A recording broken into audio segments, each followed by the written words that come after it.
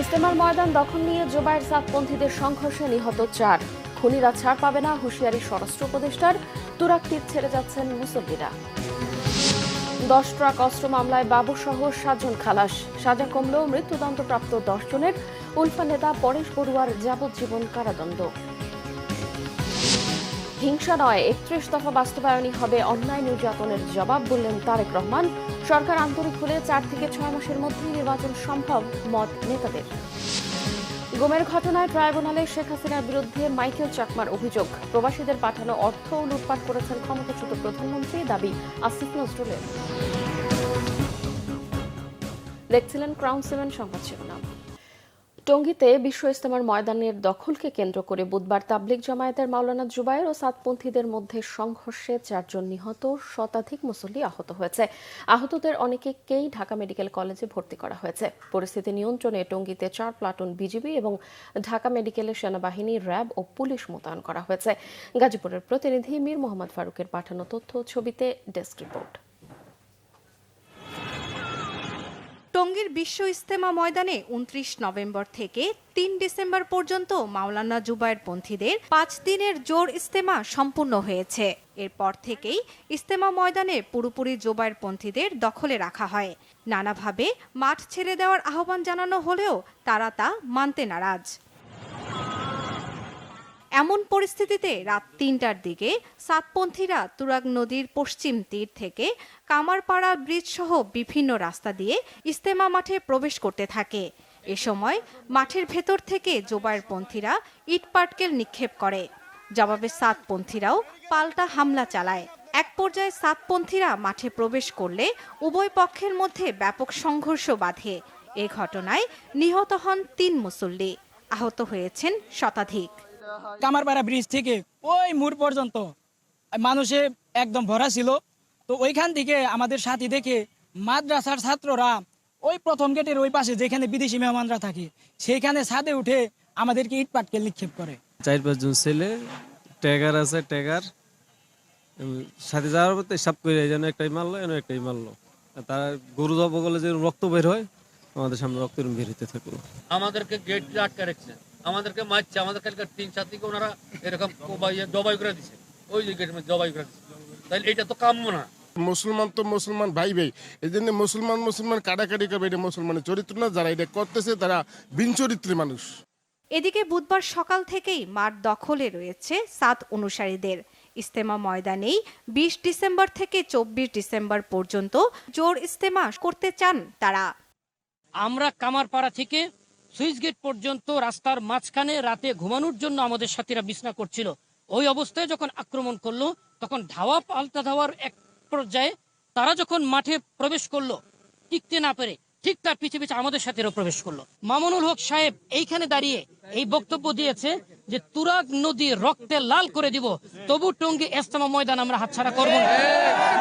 এই কথাগুলি যারা বলে মানুষকে উস্কানি দিয়ে আজকে এই ঘটনার অবতারণা করেছেন, এই ঘটনার জন্য তারাই দায়ী। যে মাঠ আমাদের ইজতেমার কার্যক্রমের জন্য বরাদ্দ, সেটা ছেড়ে অন্যত্র যাব কেন?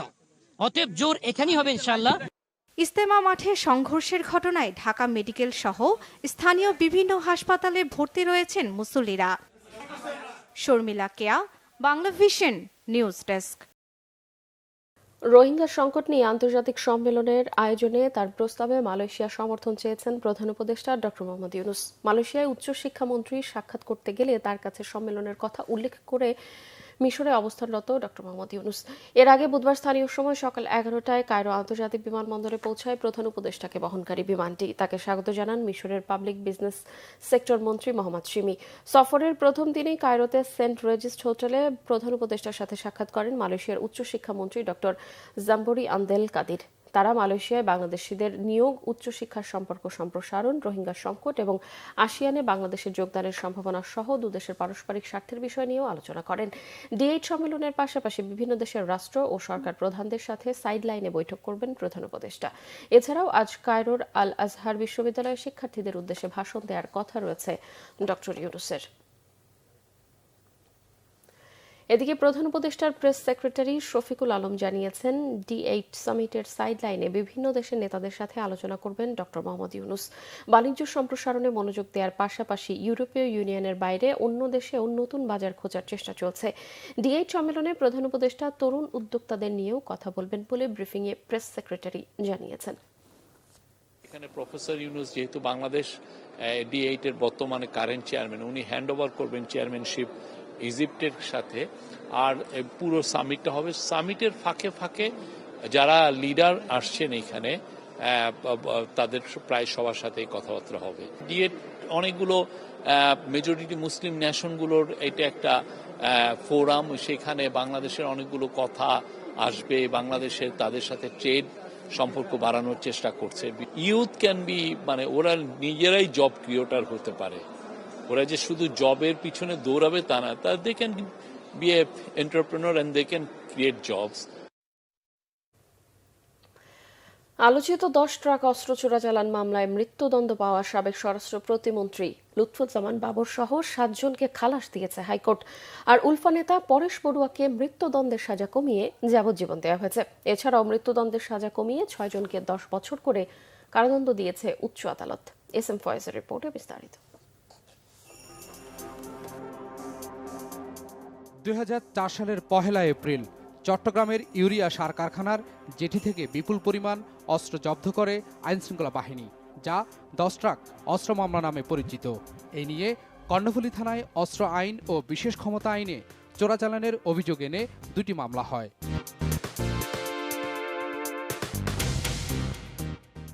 আলোচিত এই মামলার তদন্ত শুরু বিএনপি সরকারের আমলেই। পরবর্তীতে 11 সরকারের সময় অভিযোগপত্র দাখিলের মাধ্যমে শুরু হয় বিচার। সাক্ষ্য গ্রহণ করা হয় 28 জনের। তবে রাজনৈতিক পালাবদলে ক্ষমতায় আসে আওয়ামী লীগ, শুরু হয় নতুন করে তদন্ত। তখনই অভিযুক্ত করা হয় সাবেক শিল্পমন্ত্রী মতিউর রহমান নিজামী ও স্বরাষ্ট্র প্রতিমন্ত্রী লুৎফুজ্জামান বাবর সহ গোয়েন্দা সংস্থার কয়েকজনকে। ফাঁসির আদেশ দেওয়া হয় লুৎফুজ্জামান বাবর, মতিউর রহমান নিজামী, ভারতের বিচ্ছিন্নতাবাদী সংগঠন উলফার সামরিক কমান্ডার পরেশ বড়ুয়া সহ 14 জনকে। বিচারিক আদালতের রায়ের 10 বছর পর 14 আসামির মধ্যে খালাস দেওয়া হয় 7 জনকে। 14 জনের ভিতরে 7 জনকে খালাস দিয়েছেন, 6 জনকে 10 বছরের সাজা দিয়েছেন এবং 1 জনকে যাবজ্জীবন সাজা দিয়েছেন। এরই প্রেক্ষিতে এই মামলা আজকে নিষ্পত্তি হলো। জনাব লুৎফুজ্জামান বাবরকে এই মামলার প্রধান আসামি করা হয়েছিল দ্বিতীয় তদন্তের ভিত্তিতে।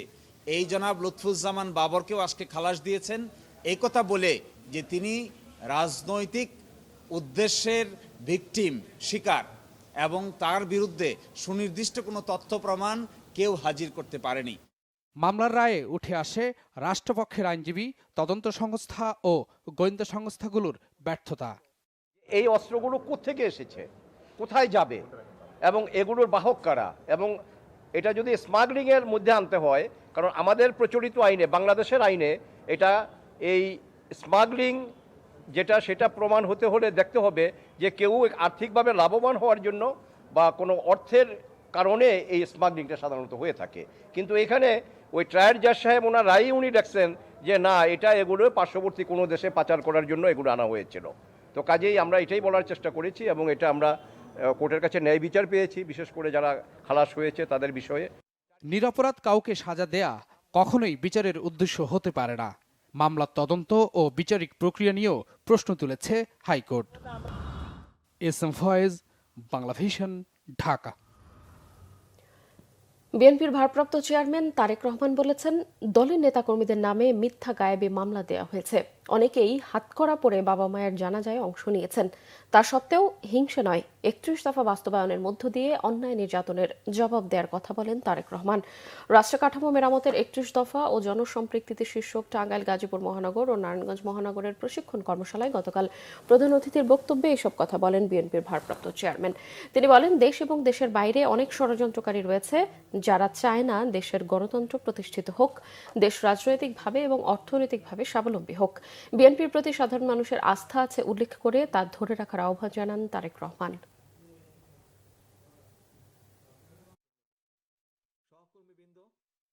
আমাদের বহু সহকর্মী গুম হয়েছে, খুন হয়েছে গত 15, 16, 17 বছরে।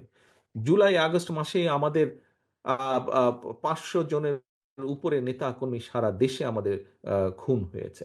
যদি জবাব দিতে হয় তাহলে তারা যা করেছে সেভাবে করলে জবাব দেওয়া হবে না, তাহলে তাদের আর আমাদের মধ্যে কোনো পার্থক্য থাকলো না। সে অধম বলে কি আমরাও অধম হব নাকি? আমাদেরকে যদি জবাব দিতে হয়, আমাদের 31 দফা যদি আমরা সফল করতে পারি তাহলেই জবাব দেওয়া হবে।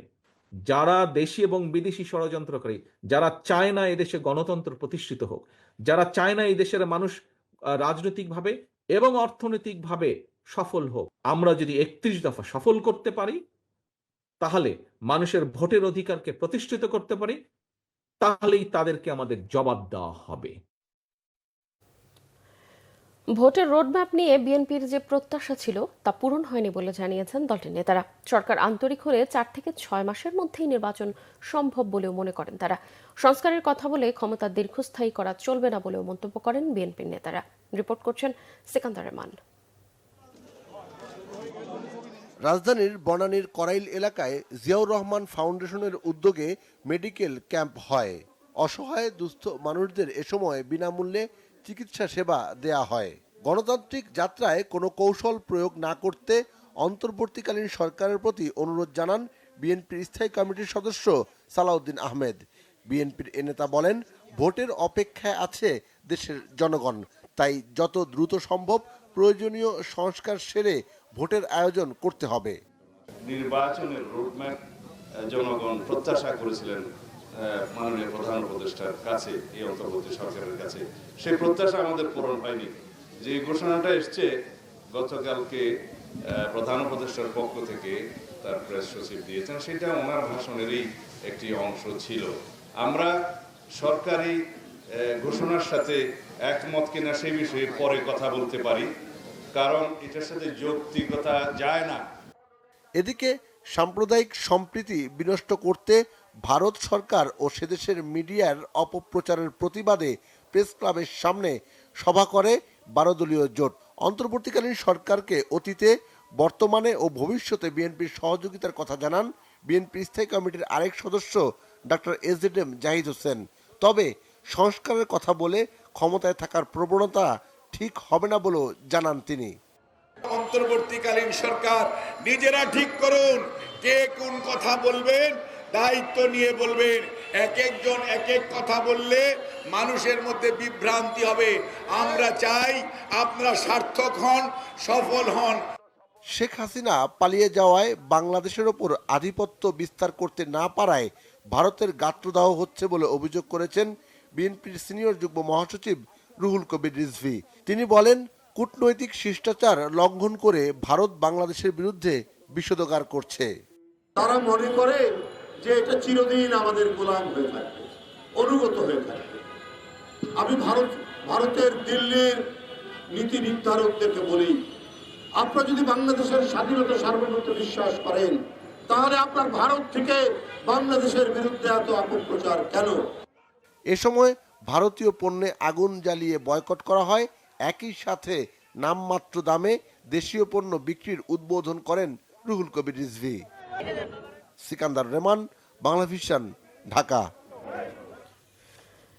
গুমের ঘটনায় সাবেক প্রধানমন্ত্রী শেখ হাসিনাকে প্রধান অভিযুক্ত করে আন্তর্জাতিক অপরাধ ট্রাইব্যুনালে অভিযোগ দায়ের করেছেন ইউনাইটেড পিপলস ডেমোক্রেটিক ফ্রন্টের নেতা মাইকেল চাকমা। এছাড়াও কয়েকটি গোয়েন্দা সংস্থা এবং অজ্ঞাতনামা বেশ কয়েকজনকে আসামি করা হয়েছে। বুধবার আন্তর্জাতিক অপরাধ ট্রাইব্যুনালে এই অভিযোগ দায়ের করেন তিনি। ইউপিডিএফ নেতা মাইকেল চাকমার অভিযোগ, শেখ হাসিনার ব্যক্তিগত আক্রোশের কারণেই তাকে গোপন বন্দিশালায় আটকে রাখা হয়। অভিযোগ, মাইকেল চাকমা বন্দিশালায় কাটানো 5 বছরের অভিজ্ঞতায় বিবরণ তুলে ধরেন। তাই আন্তর্জাতিক অপরাধ ট্রাইব্যুনালের চিফ প্রসিকিউটর মোহাম্মদ তাজুল ইসলামের কাছে তার বক্তব্য উপস্থাপন করে। চিফ প্রসিকিউটর তাজুল ইসলাম জানান, মাইকেল চাকমা সহ শেখ হাসিনার আমলে সকল গুমের ঘটনার তদন্ত করা হবে।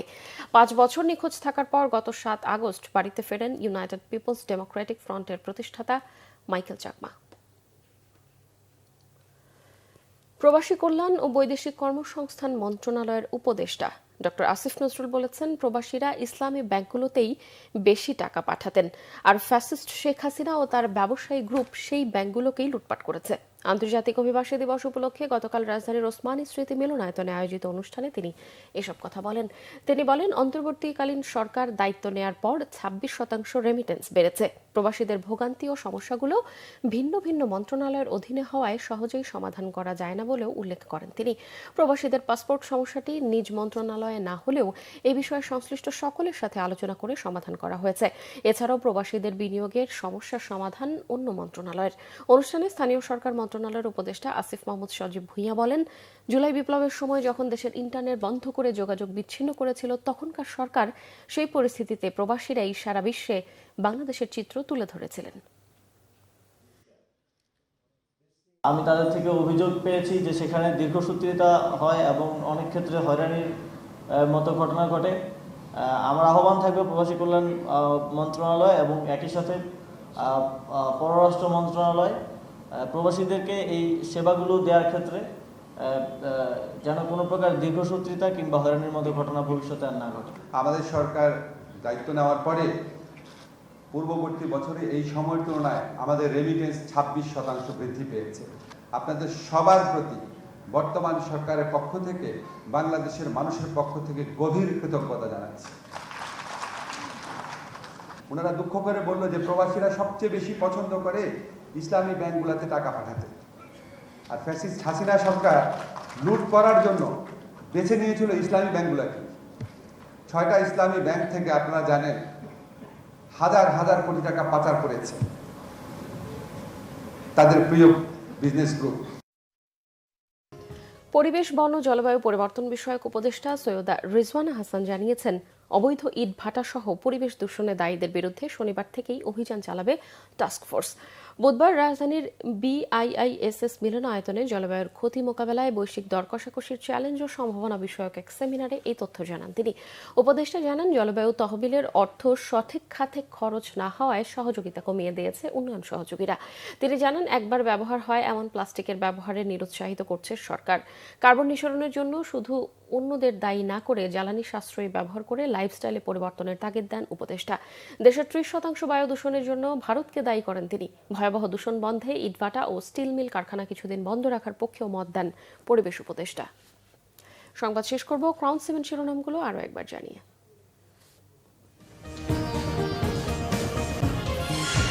ইস্তেমার ময়দানের দখল নিয়ে জোবায়ের সাদপন্থীদের সংঘর্ষে নিহত 4, খুনিরা ছাড় পাবে না, হুঁশিয়ারি স্বরাষ্ট্র উপদেষ্টার। তুরাগ তীর ছেড়ে যাচ্ছেন মুসল্লিরা। 10 ট্রাক অস্ত্র মামলায় বাবর সহ 7 জন খালাস, সাজা কমালো মৃত্যুদণ্ডপ্রাপ্ত 10 জনের। উলফা নেতা পরেশ বড়ুয়ার যাবজ্জীবন কারাদণ্ড। হিংসা নয়, 31 দফা বাস্তবায়নই হবে অন্যায় নির্যাতনের জবাব, বললেন তারেক রহমান। সরকার আন্তরিক হলে 4 থেকে 6 মাসের মধ্যেই নির্বাচন সম্ভব, মত নেতাদের। গুমের ঘটনায় ট্রাইব্যুনালে শেখ হাসিনার বিরুদ্ধে মাইকেল চাকমার অভিযোগ, প্রবাসীদের পাঠানো অর্থ লুটপাট করেছে ক্ষমতাচ্যুত প্রধানমন্ত্রী, দাবি আসিফ নজরুলের। দর্শক, এই ছিল এখনকার মতো। পরের সংবাদ সকাল 10টায়, এর আগে সকাল 9টায় রয়েছে নিউজ টপ 10 দেখার আমন্ত্রণ রইল। এছাড়াও বাংলাভিশন সংবাদ ও সংবাদ সংশ্লিষ্ট অনুষ্ঠান দেখতে ভিজিট করুন www.bbnews24.com ও facebook.com/banglavishnewse এবং সাবস্ক্রাইব করুন youtube.com/banglavishnewse। এতক্ষণ সঙ্গে থাকায় ধন্যবাদ সবাইকে।